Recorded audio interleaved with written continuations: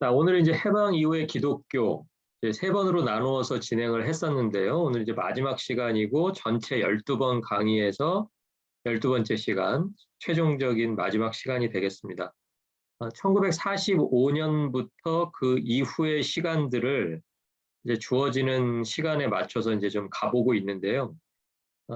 다시 이제 오늘 마지막 시간이니까 조금 차분하게 정리를 한번 해볼까 하는 그런 생각입니다. 그래서 1945년 같은 경우에는 이제 여러분이 왜 45년부터인지는 기억을 하셔야죠. 예, 45년도에 일본으로부터 일본 제국주의로부터 대한민국이 독립하는 그런 일들이 있었습니다. 그런데 여기서 잘 보셔야 될 게 뭐냐면 1945년에 독립을 하는 데 있어서 한국이 직접적으로 전쟁에 참여한 건 아니잖아요. 물론 이제 일본 일제 강점기 동안에 이제 독립군이라는 지역적으로 이제 그 군대들이 자발적으로 조직되어 가지고 국내에서도 이제 전쟁이 여러 번 있었고요. 그러다가 이제 모두 다 쫓겨나서 항상 이제 조선에서 쫓겨나면은 어디로 가죠? 중국에 있는 만주로 이제 대부분 다 쫓겨가서 뭐 정치인들 또 신앙인들, 군인들 할 거 없이 이제 국내에서 버티지 못하면 최종적으로 갈 수 있는 것은 이제 그 만주밖에 없습니다. 그래서 이제 만주에 나가 있었기 때문에 실제적으로 일본 군대하고 그렇게 독립하기 얼마 남겨두지 않은 시점에서는 전쟁이 직접적으로 일본 군대하고 있었던 거는 한국의 군대는 아니죠. 그렇죠? 예, 그러니까 일본이 망한 것은 뭐 때문에 망했어요? 2차 세계대전 때 상대 국으로 싸웠던 연합군에 의해서 이제 일본이 이제 망하게 되는 거죠. 그러니까 결정적으로는 사실은 다른 나라들이 이제 좀 주저주저 하고 있을 때 미국이 이제 결정적으로 원자폭탄을 이제 두 발을 떨어뜨렸죠. 하나는 히로시마에다가 하나, 나가사키에다 하나. 그리고 이제 그로부터 한 일주일 있다가 이제 마지막으로 이제 어디다 떨어뜨리려고 그랬냐면 도쿄에다가 떨어뜨리려고 했어요. 계획은 그랬습니다. 그 당시에. 근데 히로시마, 나가사키까지만 하고 그 피해가 어떻다라는 것을 이제 인식하게 되니까 도쿄는 떨어뜨린다는 계획만 나왔는데 이제 항복을 하게 된 거죠. 도쿄에 떨어졌더라면 아마 그 다른 두 도시에 비해서 훨씬 더 많은 사상자들이 나올 수밖에 없다라는 것을 서로가 잘 알았기 때문에 그냥 무조건 항복을 할 수밖에 없는 그런 상황이었고, 그리고 이제 한국이 독립된 것도 제가 계속 말씀드리지만 한국 사람들은 당일날은 그것을 전혀 인식을 하지 못했고 그냥 본인들이 싸워서 얻어낸 결과가 아니기 때문에 더더욱 그랬습니다. 그랬고, 그리고 또 한국 사람들에게는 그 뉴스들이 제대로 전달이 되지가 않아서 비로소 독립이 됐구나라고 인식한 것은 그 다음날 8월 16일 이후였다라는 이야기를 이제 제가 아마 몇 번 드린 것 같아요. 자, 그러면서 이제 저희가 오늘 강의를 이어가기 위해서 잠깐 배경 설명을 좀 해야 되는데요. 1938년부터 이제 그 신사참배가 강제가 됐다 그랬잖아요. 그래서 이제 그 38년에 있었던 총회, 우리들이 다른 총회는 뭐 기억할 필요가 없지만 38년 총회는 좀 기억할 필요가 있겠다라고 이제 여러 번 말씀을 드렸고요. 그래서 38년 이후에는 한국에 있는 모든 이제 그 공식적으로 목사직을 유지하고 있는 사람들은 다 신사참배를 했다고 보시면 돼요. 예, 그러니까 사임하거나 뭐 감옥에 가거나 뭐 이런 사람들을 제외하고 대다수는 신사참배를 하면서 또 일본이 제공하는 그런 어떤 경제적인 도움, 그 다음에 뭐 문화적인 도움 이런 것들을 다 누릴 것 누려가면서 그렇게 목회 활동을 했다고 보시면 됩니다. 그리고 이때 이제 결정적으로 또 변화한 게 뭐냐면 미국 출신의 선교사들이 다 추방당한 거였죠. 네, 그거 아마 기억나실 거예요. 자, 그래서 이제 추방돼서 이제 국내에는 선교사들이 없고 선교사가 뭐 하루에 뭐 몇백 명씩 비행기 편으로 배편으로 이렇게 한국을 빠져나갔다. 이 얘기도 아마 좀 기억이 나실 겁니다. 자, 그런데 이제 해방이 됐잖아요. 해방이 돼가지고 한국 사람들은 해방이 되니까 이제 어떻게 될 거냐. 그러면 이제 일제 강점기 이전으로 돌아가야 되는데 돌아갈 수가 없었던 이유 중에 하나는 북한 지역에 이게 38선 북쪽 북한 지역을 소련군이 갑자기 들어와서 차지해 버린 거예요. 네, 자기들이 이제 연합군 소속이 연합국이었거든요. 연합군 소속의 나라였기 때문에 네, 소련이 이제 북쪽으로 들어오니까 미국도 당황해가지고 할 수 없이 이제 그 일본에 있던 뭐 군대들 다 돌려가지고 한국으로 다 이제 들어오게 되는 이제 그런 상황이 벌어집니다. 그리고 이제 얼마 안 있다가 소련은 김일성이라는 인물을 내세워가지고 이제 정권, 공산 정권을 세워버리죠. 그러니까 남한에서도 그렇다고 이제 미군이 자기 정권을 세울 수는 없잖아요. 공산국가하고는 이게 체제가 다르기 때문에. 그래서 이제 한동안은 정부가 세워질 때까지 이제 한 3년 정도 시간이 필요했는데요. 그 3년 동안, 그러니까 1945년부터 1948년 정부가 수립되기 직전까지 3년 동안을 누가 통치를 하냐면 미국 군인들이 이제 통치를 하는, 남한을 통치하는 그 기간이 있습니다. 그게 기간이 이제 뭐 제가 그 차트 맨 첫 번째 칸에다 써놓은 미 군정이에요. 그러니까 이 미 군정은 뭐 어렵게 생각하실 필요 없고요. 미국의 군인들이 정치를 하는 그런 시대가 바로 이제 미 군정 시대. 짧지만 굉장히 의미가 있었던 그 3년의 기간이 되겠습니다. 이 3년의 기간 동안에 이제 무슨 일이 벌어지냐면요. 한국을 다스려야 되잖아요. 한국을 이제 뭐 군사적으로 보호만 하는 게 아니라 한국 사회를 다스려야 되는데 군인들이니까 한국을 모를 거 아니에요. 알 수가 없죠. 갑자기 뭐 어느 나라에 딱 들어가서 다스리려고 하는데 그 나라 문화도 몰라, 사람들의 특징도 몰라, 그 사람들이 뭘 원하는지도 몰라. 뭐 이렇게 된다면 다스려 나가기가 굉장히 어려워질 수밖에 없습니다. 그래서 이제 미 군정 사람들이 누구를 불러올 수밖에 없었냐면 그 추방당했던 미국 선교사들에게 이제 그 연락을 취해서 빨리 좀 한국으로 다들 들어와야 되겠다 이렇게 이야기를 해요. 그런데 이제 추방당하고도 이제 뭐 시간도 흘렀지만 이제 1세대 선교사님들은 이제 돌아가신 분들도 있고 그래서 이제 누가 주로 오게 되었냐면 나이 많으신 1세대 분들이 아니고 그분들을 따라서 한국에 왔거나 아니면 또 한국에서 태어난 그 2세 또 우리식으로 하면 이제 1.5세 그 선교사님 자녀들이 있었을 거 아니에요. 그 선교사님의 자녀들 거의 뭐 다 선교사들이죠. 또 대부분이.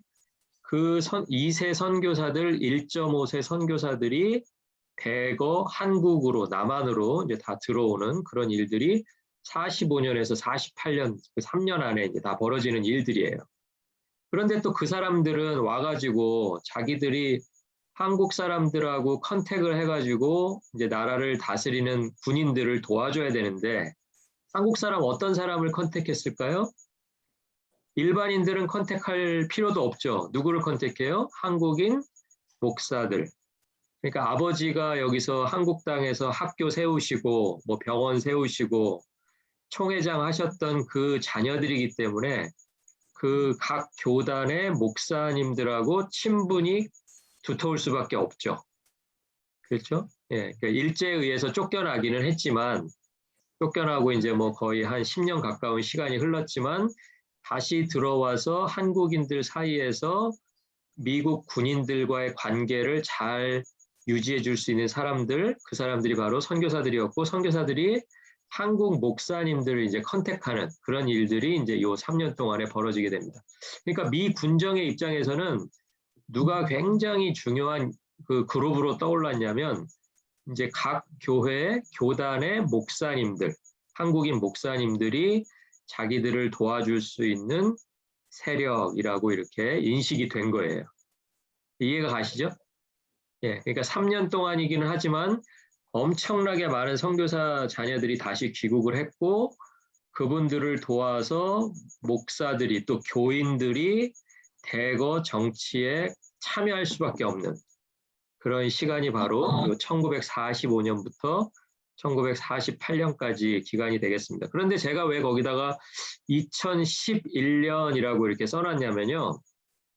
그 당시에 그렇게 정치에 참여하기 시작했던 그 움직임이 거기서 군정이 끝났다고 해서 끊어지지 않고요. 목사님들 입장에서는, 교인들의 입장에서는 한번 정치에 참여해 보니까 이거는 완전 신세계인 거예요.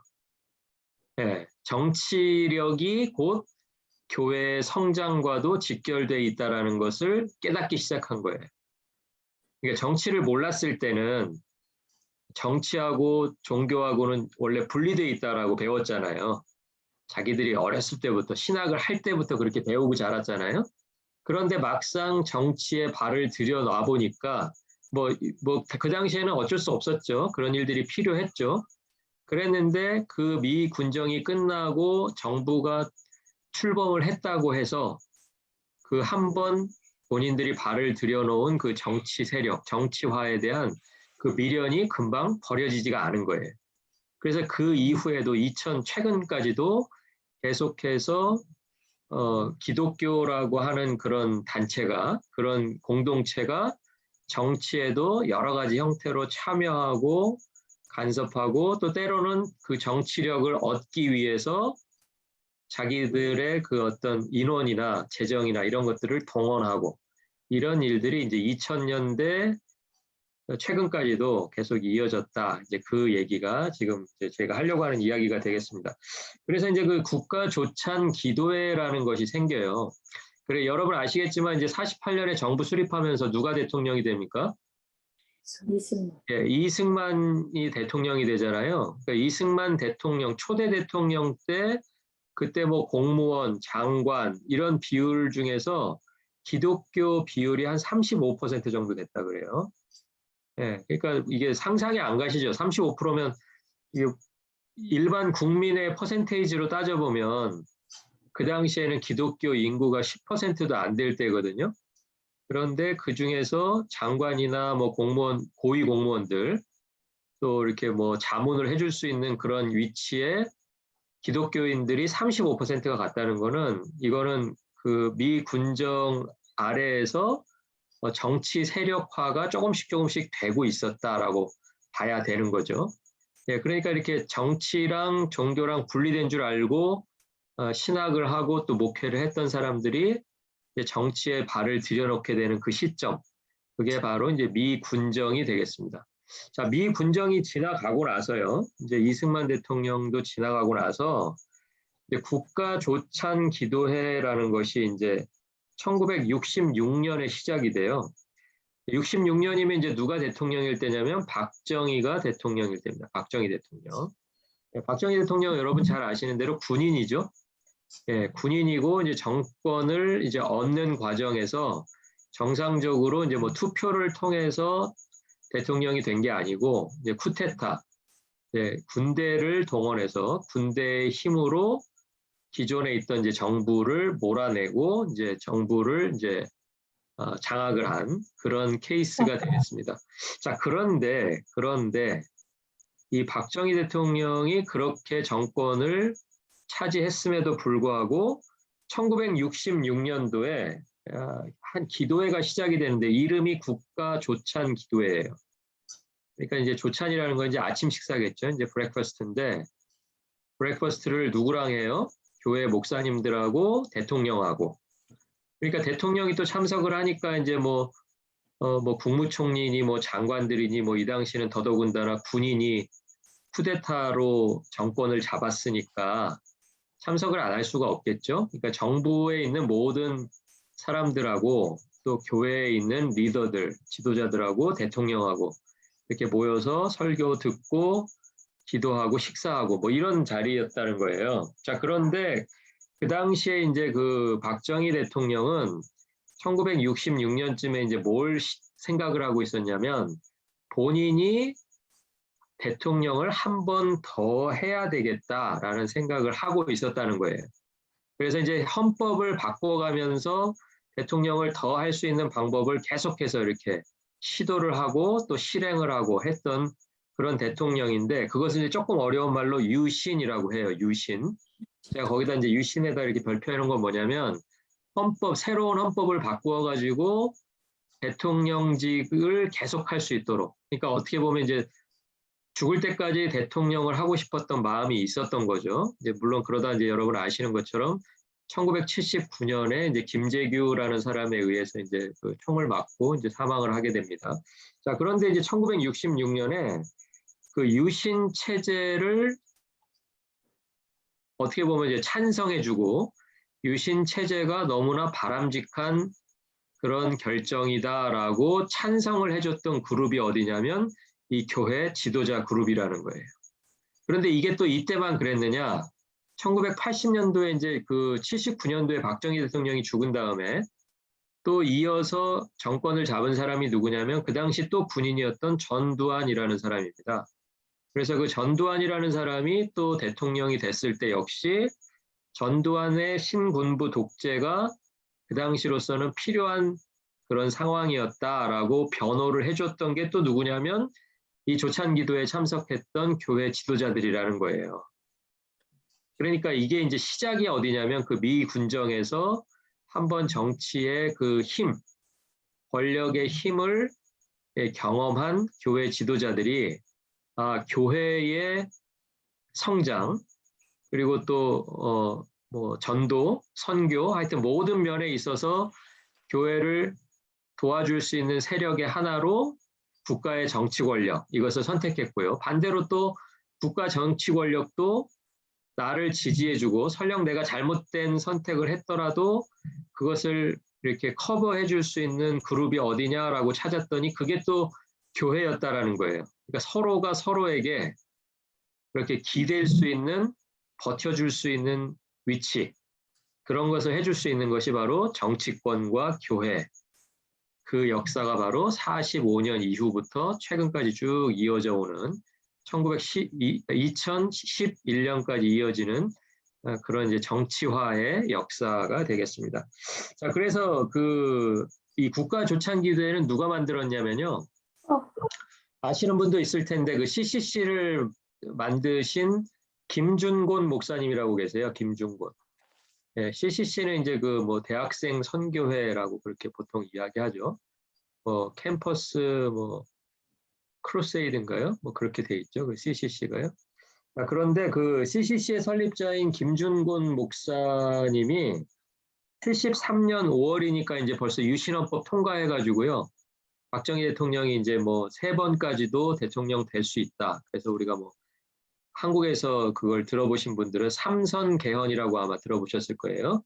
대통령이 3번까지도 할 수 있다. 그러니까 지금은 미국 같은 경우는 2번까지 가능하고 대한민국은 이제 1번만 할 수 있잖아요. 예, 그런데 이 당시에 법을 고쳐가지고 헌법을 다 자기 마음대로 고쳐서 대통령이 3번까지도 할 수 있다. 자기만 할 수 있는 거예요. 다른 사람은 안 되고 나만 그렇게 할 수 있다라고 이제 법을 그렇게 바꾼 거예요. 자, 그랬는데 그렇게 하고 나서 이제 73년 5월에 또 대통령 조찬기도회가 있었습니다.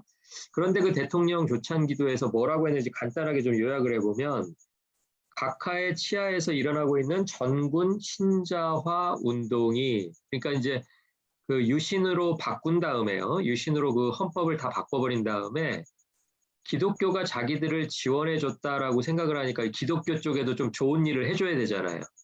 그래야 좋은 관계가 좀 유지가 되니까요. 그래서 이제 이때 한 게 뭐냐면은 이제 군대 안에서 군인들을 이제 기독교인으로 만드는 그런 운동이 벌어지고 이제 군종들을 이제 활성화시키는.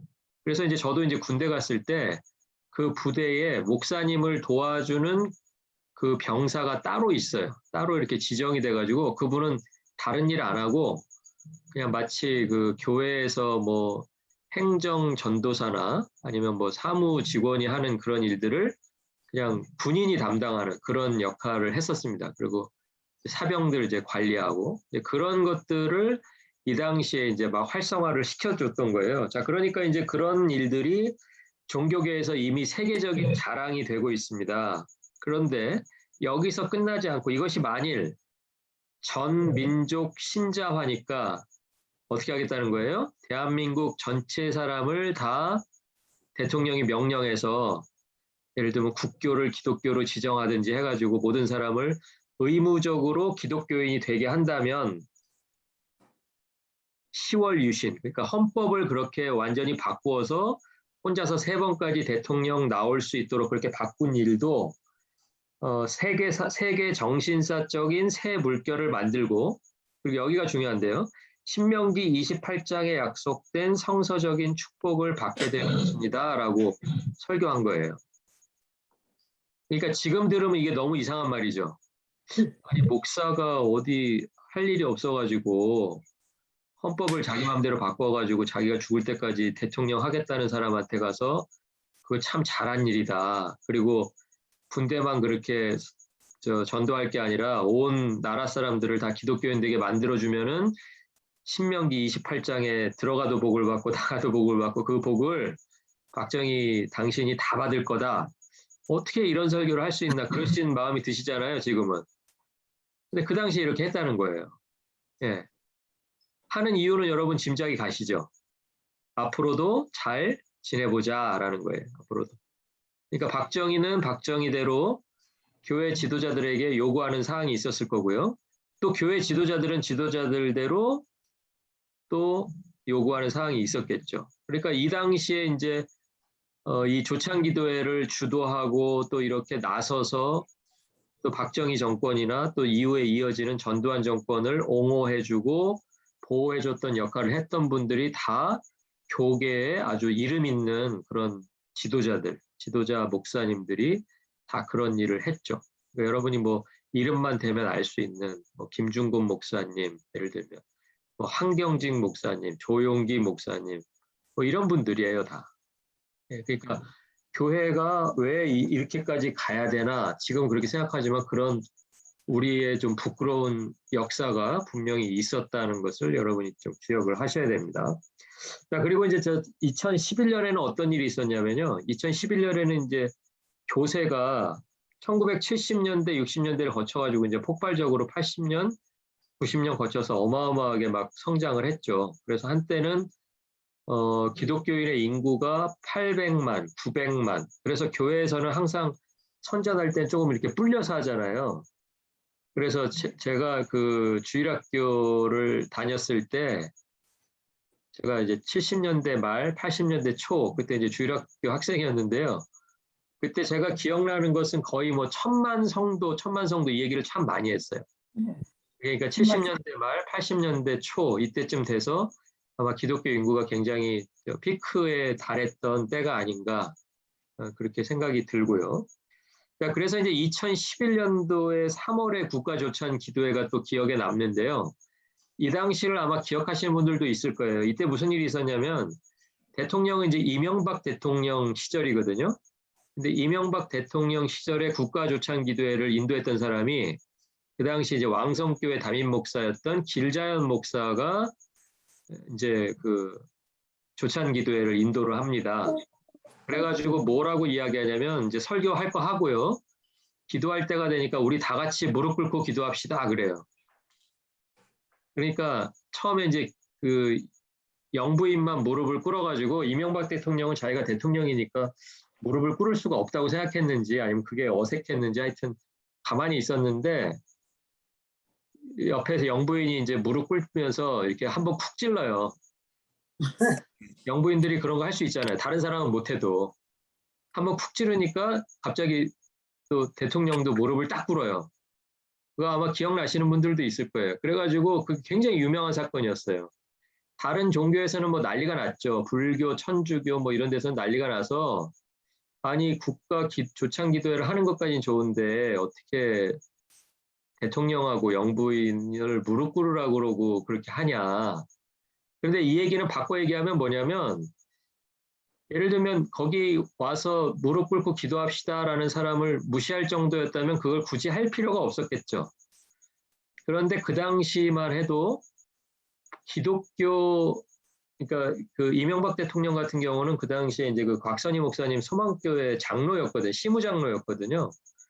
그래서 본인이 이제 서울시장 때부터 해가지고 대통령이 되기 위해서 교회마다 이렇게 다니면서 그 자기를 이렇게 선전하는 거를 굉장히 열심히 했던 그런 기억이 있습니다. 이제 그러다 보니까 이제 기독교계에서 하는 일에 대해서 이렇게 쉽게 거절하거나 이렇게 반박할 수 없는 그런 분위기가 어느 정도 형성이 돼 있었어요. 그래서 이제 그때 길자연 목사님이 그렇게 무릎 꿇자 그래가지고 무릎 꿇고 기도했는데 나중에 이제 어디 오셔가지고 제가 이제 길자연 목사님을 어디서 딴 데서 봤어요. 딴 졸업식에서 봤는데 그 졸업식에 와가지고 그 얘기를 하시더라고요. 그러니까 뭐라고 얘기했겠어요? 거기서는 여러분이 뭐 다 상상하시겠지만 내가 대통령도 무릎 꿇렸다 이렇게 얘기하죠. 예, 그러니까 그게 좀 뭔가 이제 비정상적인 관계잖아요. 서로가 서로에 대해서 내가 더 우위에 있다. 뭐 옛날에 뭐 교황하고 무슨 황제하고 세력 다툼하는 것도 아니고 대통령하고 뭐 교회 지도자하고 뭐 그러던 시절이 있었습니다. 그게 이제 다 그 미 군정에서부터 이어져 오던 교회의 정치화하고 관계가 있는 거고요. 그리고 때로는 정권이 강하게 나오면 정권에 좀 아부하면서 그리고 또 자신들이 만들어낸 정권이라고 생각하면 자신들의 요구를 철저하게 요구하면서 그렇게 이제 정권하고 교회하고 계속 이어져 오던 시간이 이제 2011년까지 그게 이어진 거예요. 그리고 이제 정권이 계속 바뀌어서 뭐 박근혜 정권, 그다음에 문재인 정권, 지금 이제 윤석열 정권까지 오게 됐죠. 최근에 와서는 이제 그런 움직임들이 이제 거의 이제 보이지가 않고 있습니다. 자, 그래서 이제 이 장면에서 우리가 기억해야 될 것은 정권과 정치화된 교회들의 관계. 그리고 이 당시에 이제 교회라고 하면요. 그냥 일반적인 사이즈의 교회가 아니고요. 2000년대쯤 되면 90년, 2000년 돼서는 이제 대형화된 교회. 그래서 정치권에서도 교회를 이제 정치 세력으로 이렇게 알아줄 수밖에 없는. 예를 들면 뭐 교인이 뭐 5만 명이다, 10만 명이다 이러면은 본인이 거기 가서 인사를 해야만 되는. 그래서 이제 뭐 선거철마다 여러분 뉴스 가끔 한국 뉴스 보시면 주일 예배 때 이렇게 뭐 후보자들이 우르르 와가지고 뭐 인사하고 같이 예배하고 그런 거 보셨을 거예요. 근데 어느 누구도 그 사람들이 신앙이 있기 때문에 믿음이 있기 때문에 주일 예배에 나왔다고 생각하지 않죠.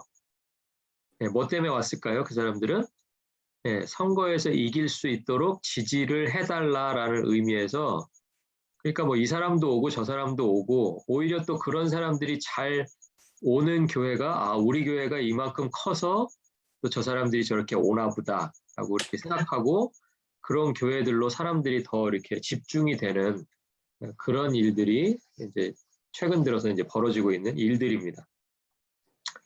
그래서 이제 그 교회가 정치화되는 그런 모습에 대해서 좀 살펴봤고요.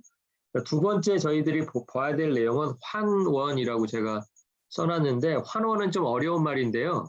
영어로는 그 restoration입니다. restoration. 그러니까 어디로 옮겨졌던 것을 다시 원래의 포지션에다 갖다 놓는 거를 환원이라고 합니다. 그래서 그러면 뭐를 옮겼다가 다시 갖다 놨을까? 그거를 좀 살펴볼 텐데요. 38년도의 총회도 중요하다고 말씀드렸지만 또 59년도에 있었던 제44회 총회가 있었죠.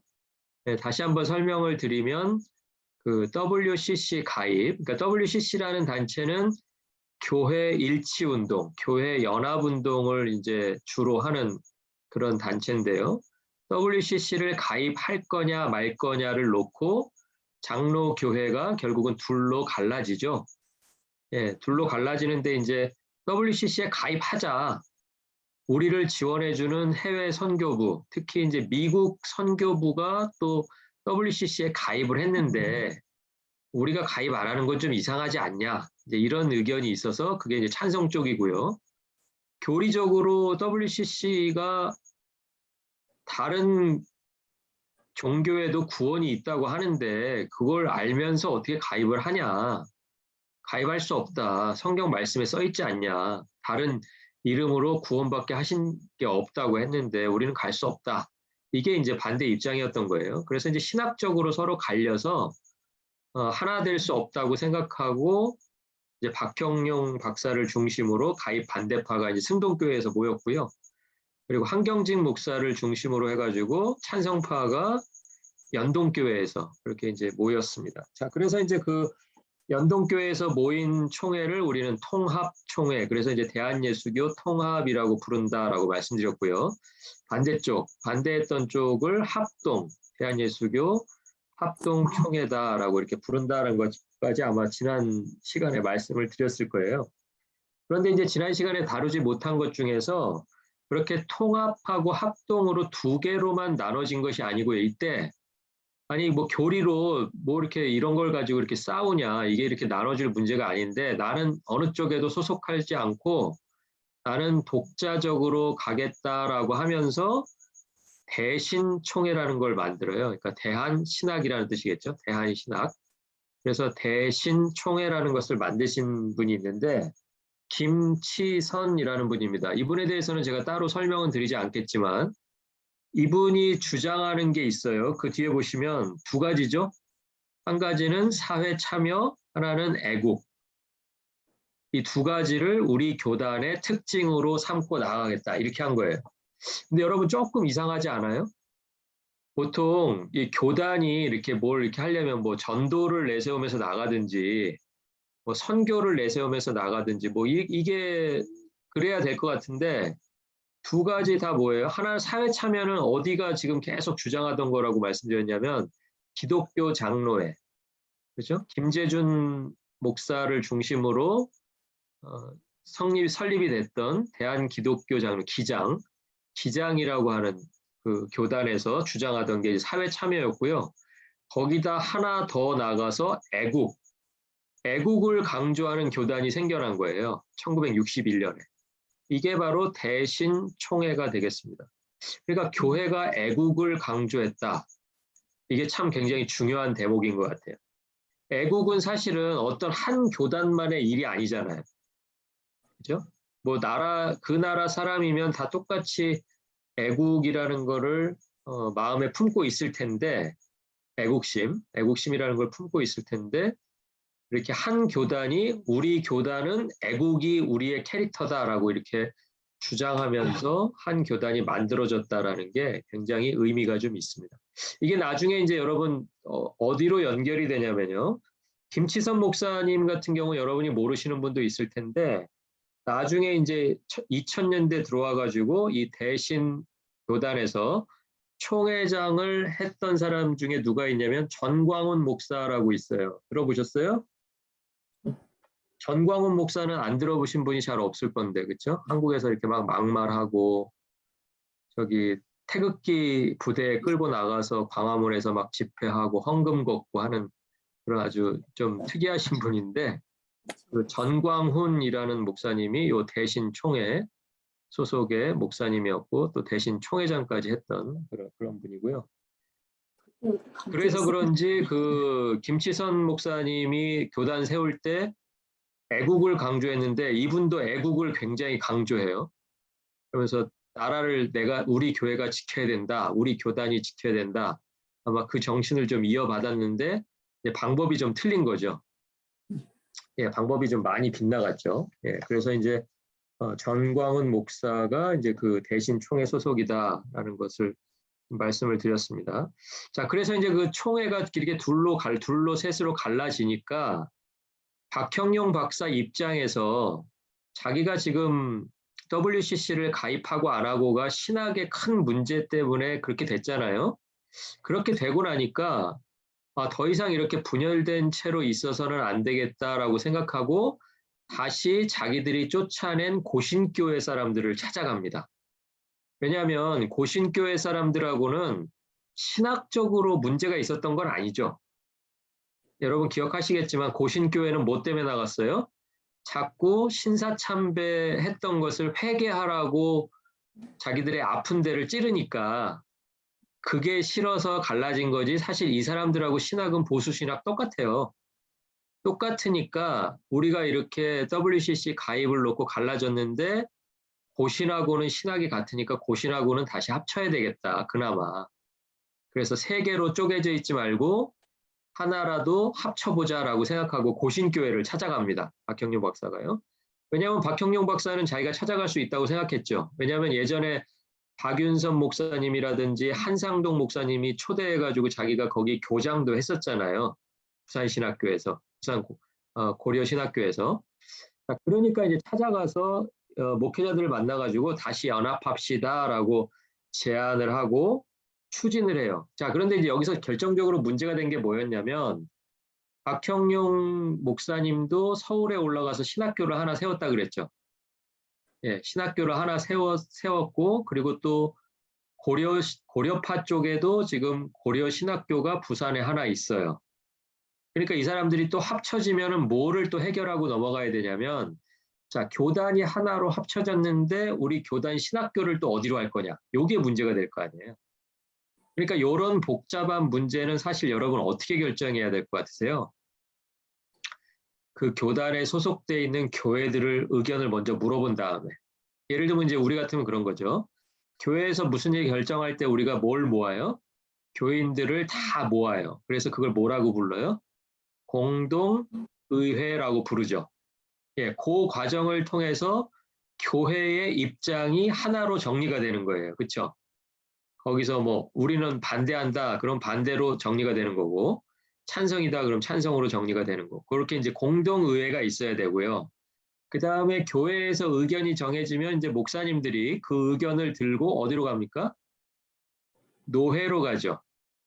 예, 그래서 노회가 뭐 A 노회, B 노회, C 노회가 있으면 그 노회에서 노회 총대들이 또 모여서 노회의 의견 정리를 해요.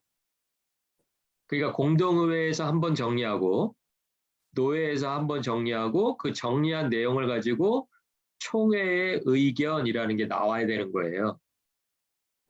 자, 그런데 이 과정을 생략을 하고 만난 목사님들하고 박형룡 박사님하고 우리가 두 교단을 합친 다음에는 고려신학교는 미안하지만 폐지를 하고 서울에 있는 신학교로 합치자. 네, 이렇게 된 거예요. 이야기가 된 거예요. 그래서 처음에는 이제 그 학교 책임자인 한상동 목사님이 거기에 동의를 했어요. 근데 그분이 동의한다고 되는 게 아니죠. 제가 방금 설명드렸지만 뭐가 빠졌어요? 각 교회의 의견 모으는 과정, 그 다음에 각 노회의 의견 모으는 과정이 빠져버린 거예요. 자, 빠져버리고 나니까 총회 결정대로 진행을 하려고 그랬는데 나중에 개별 교회들이 다 반대하고 나서는 거예요. 고신 측에서 막 교회들이 이거 누가 결정한 거냐 막 이래가지고 1963년에 9월이니까 이제 총회 할 때잖아요. 9월 총회 때 거기 모여있는 총대로 나와 있는 교회 대표, 뭐 목사님, 장로님들이겠죠. 그분들이 우리는 다시 원래대로 돌아간다, 환원한다 라고 선언을 해버린 거예요. 예, 그러니까 잠깐 합쳐졌다가 60년도에 추진해가지고 잠깐 합쳐졌다가 3년도 못 가가지고 다시 제자리로, 그러니까 합동은 합동대로 다시 남게 되고요. 고시는 고신대로 다시 남게 되는. 그런데 그 이유가 뭐였냐면 신학교를 폐지하는 문제. 예, 그것 때문에 이제 그렇게 일이 벌어진 겁니다. 자, 그러니까 신학교라는 게 굉장히 이제 중요하구나라는 것을 이제 사람들이 다 알게 된 거예요. 그래서 거기 한번 보시면 이제 그 교회 분열의 주요 원인이 되는 게 뭐였냐면 그 명분 중에 한 가지가 이제 학교였던 거예요. 그러니까 반대로요. 어느 교단 하나를 내가 세우고 싶다. 그러면은 뭐만 세우면 된다는 얘기예요? 신학교만 하나 세우면 된다는 얘기예요. 예. 이해가 되셨어요? 예. 그러니까 교단을 새로 세워도 신학교를 못 세우면 별로 힘이 없는데 내가 교단 하나를 분리시켜가지고 새로운 교단을 만들고 싶어. 그러면 그 교단에는 뭐가 필요해요? 학교가 필요한데 학교 세울 능력만 되면 교단을 얼마든지 이게 분열시키는 그런 이제 이상한 효과가 나타나 버린 거예요. 그러니까 이 과정을 겪어보니까 아, 사람들이 학교가 중요하구나. 학교만 있으면은 이게 교단이 유지가 되는구나. 이 생각을 하게 된 거예요. 그러니까 그래서 이제 뭐 예를 들면 고신교회들 같은 경우에는 거기 제가 학교를 간단하게 좀 써놨는데요.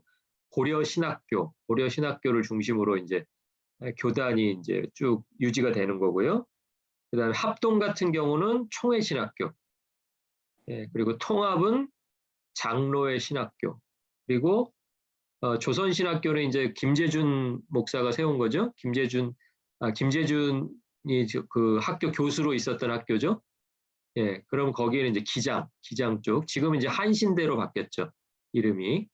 예, 그래서 각 교단을 대표하는 하나의 학교들이 각 교단마다 이렇게 위치하게 되고, 그러니까 학교를 둘러싸고 학교에 어떤 영향력을 행사할 수 있는 그룹이 주류가 되는 거고요.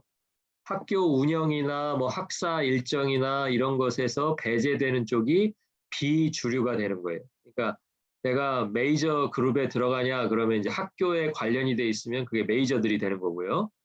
그리고 학교와 관련이 없는 사람들은 다 이제 마이너리티가 되는 그런 시대가 이제 1980년대까지 이제 쭉 이어지게 됩니다. 그러다가 이제 1979년도에 제가 거기다 써놓지는 않았지만 79년도에 학교가 교단마다 하나씩밖에 없다 그랬잖아요. 근데 여러분 한번 생각을 해보세요. 60년대, 70년대 거치면서 교회들이 얼마나 많아졌겠어요. 그 학교를 졸업한 목사들은 또 매년 수백 명씩 나왔을 거 아니에요? 학교가 이렇게 뭐 5개만, 4개, 5개만 있다고 해도, 그렇죠? 그러니까 그 교회 목사님들이 학교로부터 배제된 사람과 또 학교에 이렇게 같이 참여하는 사람으로 딱 나눠지게 되니까 학교가 하나니까 학교 운영에 관계된 목사들은 소수겠죠. 그렇죠? 그런데 그 소수가 주류가 되는 거고요. 다수지만 나는 학교 운영하고는 아무 상관없는 사람들, 그 수많은 사람들이 비주류가 되는 거예요. 그러니까 숫자적으로는 주류라고 해서 많지가 않고요. 소수가 주류고 비주류가 다수가 되었던 때가 바로 1979년 상황이 되겠습니다. 그러니까 이제 비주류들이 거기에 반발해가지고 우리는 이런 상황을 계속해서 이어나갈 수가 없다. 그래가지고 1979년도에 총신대학교에서 다 갈라져 나와가지고요. 이때 막 수십 개 교단으로 막 갈라지는 해가 언제냐면 1979년도가 되겠습니다. 1979년도 이후에는요, 조금 과장해서 말하면 동네마다 학교가 하나씩 생긴다고 거의 보시면 돼요. 좀 유명한 동네. 네, 큰 마을 하나마다 그냥 신학교가 하나씩 생긴. 그러니까 학교를 세워야 우리 교단이 유지가 되고 교단의 파워가 실리는구나라고 믿었던 사람들은 너도 나도 다 학교를 세웠던 시기가 바로 1979년도부터 시작한 그 이후가 되겠습니다. 근데 여러분 잘 생각해 보시면 1979년도에 한국이 굉장히 복잡한 일들이 많았잖아요. 뭐 부산 마산에서 이렇게 데모도 있었고요. 부마 항쟁이라 그러죠, 그거를. 부산 마산에서 이제 그 박정희 독재 이제 더 이상 못 견디겠다라고 해서 이렇게 데모도 있었고요. 실제로 그래서 또 1979년 10월에는 대통령이 또 사망하는 그런 사건도 있었고요. 80년대에는 또 무슨 사건이 있었어요? 군부가 다시 또 정권을 장악을 하는 과정에서 1980년 5월에 무슨 일이 있었어요? 민주화 항쟁이 있었죠. 광주에서. 그렇죠? 근데 한국에서는 그렇게 크고 작은 사건들이 있었는데 교회들이 이때 뭐를 제일 신경을 썼냐면 학교를 누구랑 어떻게 해서 세워서 우리 교단을 새로운 나만의 교단 어떻게 만들어 볼까? 이거를 제일 심하게 했던 때가 바로 1979년도, 80년도였다는 거예요. 그러니까 이게 또 어떻게 보면 우리의 어두운 역사의 한 장면이죠. 그렇죠? 예, 그러니까 나라는 굉장히 어려운데 오히려 교회가 내야 될 목소리를 내지 못하고 자신들의 목적을 향해서 그냥 막 방향을 그쪽으로 정해놓고 달려가는 그래서 그냥 무한히 달려가는 그런 시대 그 시대가 바로 1979년 이후가 되겠습니다. 그러니까 언젠가는 이게 서야 되겠죠? 그러니까 나중에는 이게 자절로 조금씩 서요. 조금 더 가볼 텐데요. 자, 교회가 이제 성장의 동력을 어디서 찾아야 되나 이제 교회를 성장을 시켜야 된다라고 생각하는 거는 모든 목회자들, 모든 지도자들, 모든 교인들이 다 마찬가지일 거예요. 그렇죠? 우리 교회는 성장 안 해도 돼 이런 교인이 있을까요? 그런 건 없을 거 아니에요. 그렇죠? 그러니까 어느 교인이든 정기적으로 출석하는 교회가 있으면 본인들이 출석하는 교회가 어떤 형태로든 성장해야 되겠다, 성장했으면 좋겠다라고 하는 건 당연한 얘기잖아요. 그런데 이제 중요한 거는 어떻게 성장할 것인가, 어떤 힘을 통해서 성장할 것인가를 이제 잘 결정을 해야 되는데 70년대에는 뭐를 거기서 이제 그 동력으로 찾았냐면 대형 집회를 야외에서 많이 하자. 이제 이쪽으로 이제 방향이 설정이 된 거예요. 그래가지고 70년대, 80년대 초반까지 이런 대형 집회들이 엄청나게 많이 열립니다. 대표적인 거 몇 개만 제가 써놨어요. 1973년도에 이제 그 빌리 그레이엄이라는 목사님 기억나시죠? 네, 미국 분들에게 가장 인기 있는 목사님이기도 하신데요. 1973년에 이제 그 빌리 그레이엄 목사님을 초청해가지고 초청 집회를 열었는데요. 그 며칠 동안 참석했던 인원들을 다 합쳐보니까 440만 명이 참석을 했어요. 그러니까 어마어마한 숫자죠. 네, 이 당시의 인구 이런 거를 생각을 해보면 거의 뭐 전체 인구의 10분의 1 이상이 이 단일 집회, 단일 이벤트에, 싱글 이벤트에 이렇게 참석을 했다라는 걸 알 수가 있는데요. 440만이 참석을 하고 10만 명이 새롭게 신앙을 갖겠다라고 그렇게 결신을 하는 그런 일들이 1973년도에 있었습니다. 그리고 이제 제가 거기다 이제 써놓지는 않았지만 이때 이제 빌리 그레이엄 목사님이 뭐 오셨으니까 누군가 이제 통역을 해야 되잖아요. 예, 통역을 해야 돼서 이제 한국 분들 중에서 누가 좀 통역을 할까를 이렇게 물색을 하다가 처음에는 이제 그 조용기 목사님을 통역으로 정해놨었어요. 그래가지고 이제 하려고 하는데 다른 이제 이분들을 초청한 합동 통합 측에서 조용기 목사는 안 된다라고 이렇게 이야기가 나온 거예요. 그래가지고 그러면 누구를 해야 되냐? 그래서 이때 이제 조용기 목사님 대신에 나온 분이 누구냐면 이제 김장환 목사님이에요. 예, 김장환 목사님, 극동방송 뭐 사장도 하시고 했던 그 김장환 목사님이 이제 빌리 그레이엄 목사님을 이제 통역을 잘 해가지고 이때 이제 아주 유명세를 얻게 됩니다. 그래서 영어 이름도 빌리 그레이엄 목사님을 통역하면서 그냥 빌리 김이 됐어요. 빌리 킴. 그래서 미국 사람들에게는 그냥 빌리 킴으로 더 유명해진 목사님이 이때 등장하기도 했습니다. 자, 그래서 이제 한번 이렇게 해보고 나니까 너무 결과가 좋았다고 생각을 해서 1974년도에 한 번 또 해요. 그때는 이제 엑스플로 74라고 아마 여기 한국에 계셨으면 그때 이거를 기억하시는 분들도 있을 거예요. 저는 이제 너무 어려서 이때는 기억이 잘 나지가 않는데 엑스플로 74에는 사람이 더 모였어요. 655만 명. 보통 이제 집회를 하면 한 4일 정도 합니다, 보통. 4일에서 이제 마지막 날 뭐 하루는 이제 노방전도 나가고 뭐 이런 식으로 진행이 되는데 그러니까 하루에 100만 명 이상 왔다는 거죠. 네, 4일 집회인데 655만 명이 왔으니까요. 그리고 거리 전도를 20만 명이 서울 시내로 다 거리 전도를 나가는 이런 일들이 있었던 해가 바로 1974년이었습니다. 그리고 이제 3년이 있다가 1977년이 됐는데 1977년이 어떤 해냐면 제가 이제 국민학교에 들어간 해이기도 하고요.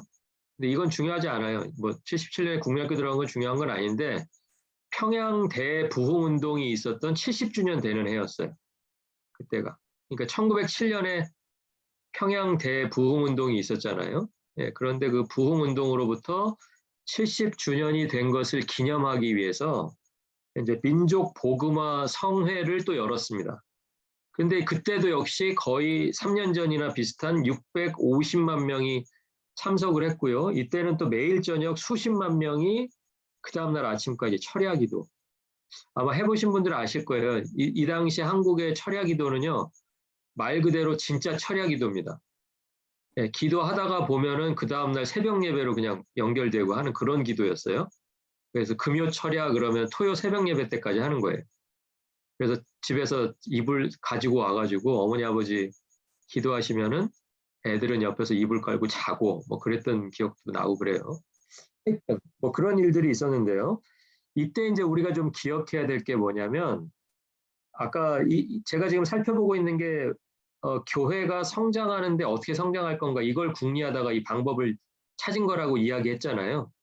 그래서 이제 이런 대형 집회들을 열기 시작했는데 대형 집회들이 1974년 집회부터 유명 연예인들이 여기 이렇게 쭉 나오기 시작한 해가 바로 1974년이 되겠습니다. 그래서 제가 1974년도에 그 전단지를 한번 이렇게 찾아봤어요.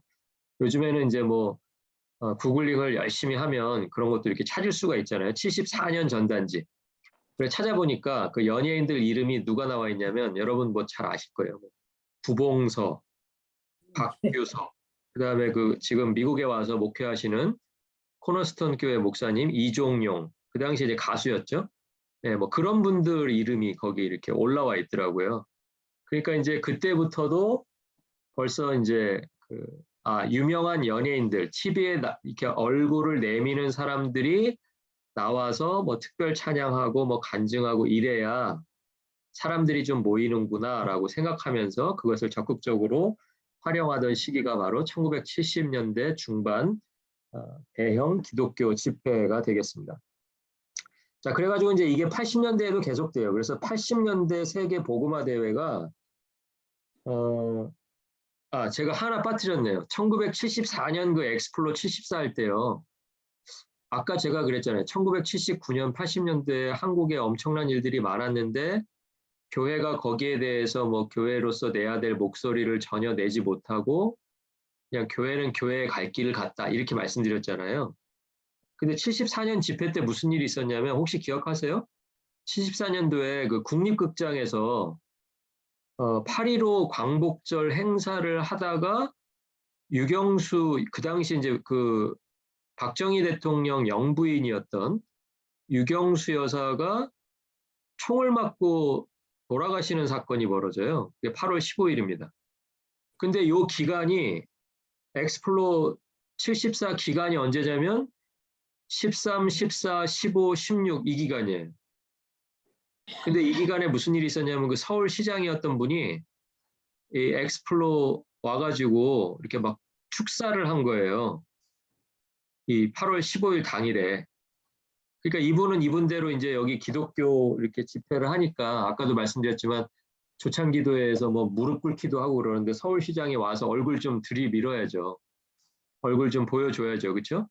예, 그래서 이제 왔는데 공교롭게 그 기간 동안에 무슨 일이 벌어졌냐면 영부인이 이제 총을 맞고 죽는 그런 사건이 벌어져서 결국은 이 서울시장이 이제 서울시장직에서 이렇게 해임되는 그런 사건이 또 1974년도에 있었습니다. 자, 그리고 제가 이제 말씀드리려고 하는 건 1980년인데요. 세계 복음화 대회라는 것이 이제 8월 11일부터 15일까지 열리는데 이때가 피크였어요. 이때가 피크였는데 인원을 보세요. 몇 년 지나지도 않았는데 80년도에 1,050만 명이 모여요. 5일 동안. 그리고 70만 명이 결신하는 그야말로 이래서 집회를 하는구나라고 생각하기 딱 좋은 그런 결과가 나왔습니다. 자, 그런데 중요한 건 이때가 어떤 시기였어요? 1980년도니까 1980년 5월, 불과 3개월 전에 광주 민주화 항쟁이 일어나서 거기서 사람들이 다 죽고 신군부가 사람들을 탄압하던 그 시기였던 거예요. 그럼 보통 요즘 같으면 석 달 전에 이런 뭐 수십 명, 수백 명이 죽고 나라에 막 계엄령이 선포되고 군인들이 왔다 갔다 하고 이러면 집회 안 할 것 같지 않으세요? 전도 집회라는 것을 안 할 것 같은데 이 당시에는 했다라는 거예요. 저는 이게 한 게 너무 이상하더라고요. 야, 어떻게 이런 식인데 그걸 할 수가 있었을까? 옆에서는 사람이 죽었는데 어떻게 교회는 물론 예정이 돼 있었겠죠. 뭐 1년 전, 2년 전부터. 예정이 돼 있었다 그래서 그 집회를 어떻게 이렇게 할 수 있었을까? 근데 그만큼 이분들은 뭐만 보고 달려갔냐면 성장이라고 하는 그 한 단어만 보고 달려간 거예요. 교회를 성장시켜야 된다라고 하는 그 생각. 그 성장 동력을 1970년대, 80년대에는 대형 기독교 집회들로 잡았고 그렇게 잡다 보니까 어떻게 하면 사람들을 한 명이라도 더 모으게 할 수 있을까라고 하는 그런 방법들에 굉장히 치중했던 시기가 바로 1970년대, 80년대가 되겠습니다. 그래서 이제 결과적으로는 90년대에 가서 굉장히 큰 성장을 경험들을 해요. 그래서 대형 교회들이 뭐 한국에 대형 교회들이 많이 생기고 하는데 이게 언제부터 꺾이냐면 1995년부터 꺾이기 시작해요. 교인 숫자가 1995년을 기준으로 올해까지도 조금씩 다시 내려가고, 그것은 물론 여러 가지 이유가 있겠죠. 우선은 이제 쉽게 생각해 볼 수 있는 것은 한국의 인구 증가가 좀 멈췄어요. 예, 80년대만 해도 이제 인구가 굉장히 막 폭발적으로 늘어나서 기독교 인구도 따라서 늘어났는데, 이제는 이제 2000년대가 다가오면서 인구 증가세가 감소가 되면서 이제 기독교 인구도 점점 이제 줄어들고 있다. 그런 특징이 있습니다. 그러니까 지금은 이제 대형 집회를 하려고도 안 하지만 해도 그렇게 효과가 없다라는 것들을 아마 알고 있기 때문에 대형 교회는 대형 교회대로 이제 몸집을 유지하려고 하는데 최대한 노력을 하고 있는 그런 시기가 되겠습니다. 자, 그래서 이제 이렇게 대중과 청중 중심의 메시지, 이게 이제 집회의 특징이 되겠습니다. 대중이 어려워할 만한 이야기라든가 아니면 껄끄러워하는 이야기들은 이제 메시지에서 빠지는 거죠. 그러니까 대중이 듣고 싶어하는 이야기, 청중이 들어서 금방금방 이해되고 또 기분이 좋아지는 그런 메시지들, 그리고 또 전도와 선교를 그 자리에서 결단하고, 그러니까 이게 한국인 정서에 좀 맞아 떨어졌던 거죠. 그러니까 전도나 선교나 이런 것들을 했을 때 본인의 마음 결정하는 거를 그냥 그 자리에서 하는 거예요. 예, 앞으로 나오라 그러든지 일어서라고 하든지 해서 그 숫자가 이제 70만 이렇게 됐다라는 거예요. 근데 이제 이후에 그 70만 명의 결신자들이 어떻게 신앙생활을 유지했고 그 이후에 어떻게 됐는지에 대해서는 아무도 관심이 없죠. 예, 관심이 있는 건 뭐예요? 그 자리에서 그날 70만 명이 믿겠다라고 일어섰고 선교사로 나가겠다라고 결단했다. 이게 중요하게 생각되는 그런 행사였다는 거죠. 그리고 이제 아까도 말씀드렸지만 유명인들, 연예인들을 통해서 마케팅을 했더니 그게 효과가 있더라. 그게 이제 지금까지도 어떻게 보면 이어지고 있는 거죠. 그래서 집회 단골로 올 수 있는 그런 연예인들 명단이 이제 이렇게 생기게 됐고요. 대형 교회들을 중심으로 자신들의 집회나 예배 시간에 연예인들을 자유롭게 불러서 그들의 간증, 또 그들의 퍼포먼스 이런 것들을 통해서 이제 예배를 진행하고 하는 그런 형태들이 처음 생겨난 게 1970년대였다. 이제 그 말씀을 좀 드립니다. 그래서 이제 교회가 양적으로 이렇게 숫자적으로 늘어났던 것은 1995년까지는 이제 계속 그런 일이 있다가 1995년을 시작으로 해서 점점점 이제 감소되고 있다. 이제 그렇게 기억을 하시면 될 것 같습니다. 자, 그래서 이제 제가 마지막으로 무슨 이야기를 하면서 이걸 마무리를 할까를 생각하다가 마태복음 28장 19절에서 20절 말씀이 떠올랐습니다. 공부를 좀 마무리하려고 하는데요. 28장 19절, 20절을 여러분 잘 아시는 The Great Commission, 한국말로 번역하면 대위임령 이렇게 되겠죠. 그러니까 맡겨주는데 작은 걸 맡기는 게 아니라 그냥 가장 위대한 것, 가장 중요한 것을 하나님께서 우리들에게 맡겨주신 것, 이것을 이제 우리가 마태복음 28장 19절, 20절을 그렇게 부르는데요. 거기 보면 이제 제가 한번 읽어볼게요. 그러므로 너희는 가서 모든 민족을 제자로 삼아 아버지와 아들과 성령의 이름으로 세례를 베풀고 내가 너희에게 분부한 모든 것을 가르쳐 지키게 하라. 볼지어다 내가 세상 끝날까지 너희와 항상 함께 있으리라. 여러분 잘 알고 계시는 그런 말씀이죠. 많이 들어보셨을 거고 설교에서도 몇 번 들어보신 기억이 있으실 것입니다. 자, 그런데 이제 거기서 중요하게 생각되는 두 구절이 있는데요. 한 구절이 세례를 베풀고라는 그 구절이고요. 그것만큼이나 또 놓치지 말아야 될 게 뭐냐면 가르쳐 지키게 하라라는 그 구절입니다. 그러니까 우리가 제자를 만드는 것은요, 교회면 어느 교회면 작은 교회든지 큰 교회든지 제자 만드는 일, 제자 삼는 일은 다 해야 되는 일이에요. 그렇죠? 교회라면 제자 삼는 일은 해야 되는 일입니다. 그러니까 제자 삼는 일을 조금 쉽게 풀어서 이야기하면 그게 바로 전도 선교라고 할 수 있겠습니다. 전도 선교로 시작한다고, 그렇게 생각하시면 되겠습니다.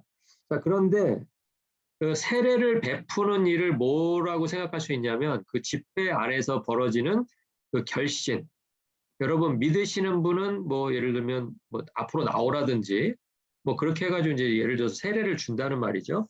예, 세례를 주는 것은 이제 믿겠다라고 하는 어떤 결정이라고 보시면 되겠습니다. 자, 그런데 결정으로 모든 것이 다 끝나는 것이 아니고요. 아까 뭐 70만, 뭐 10만 명 결신 이렇게 했잖아요. 근데 그 내가 믿겠다라고 결정했다 그래서 거기서 끝나는 게 아니고 그 이후에 필요한 게 뭐냐면 그러면 제자로서 나는 어떻게 살 건가? 그 가르침과 그 가르침을 삶에서 지켜내는 일이 필요한 거예요. 그러니까 가르쳐 지키게 하는 일도 해야 되는데 사람들이 많이 주목하는 일은 가서 제자 삼아서 세례 베풀고까지는 열심히 하는데 그 이후에 세례를 내가 베푼 사람에게 어떻게 가르치고 어떻게 지키게 할 건가를 고민하지 않는다라는 거예요. 근데 여러분 잘 생각해 보시면 내가 누군가를 가르치고 지키게 하려면 내가 그 내용을 먼저 알아야 되지 않아요?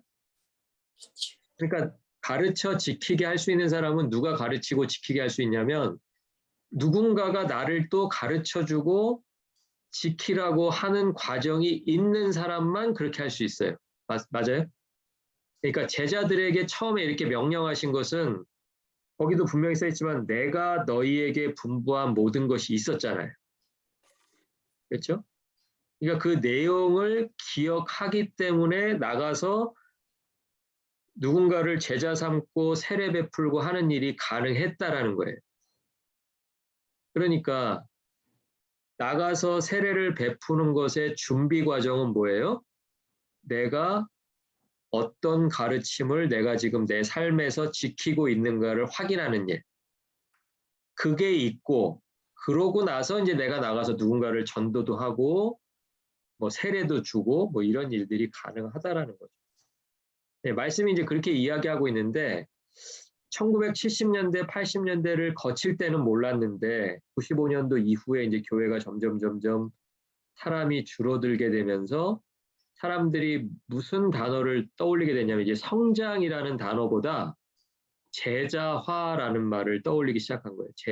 제자 훈련, 뭐 제자도 네, 그런 단어들을 떠올리기 시작한 거예요. 그러면 이제 우리가 이제 성장을 더 이상 이루어낼 수가 없는데 그럼 뭐가 문제였나를 되짚어 보니까 아, 우리가 제자를 만드는 일에 있어서 가서 어딘가를 가서 내가 세례를 주는 것에는 굉장히 열심을 냈는데 내 스스로가 살아가면서 가르침을 배우고 지키는 것은 그만큼 열심히 하지 않았다라는 걸 깨닫게 된 거예요. 이해가 가세요?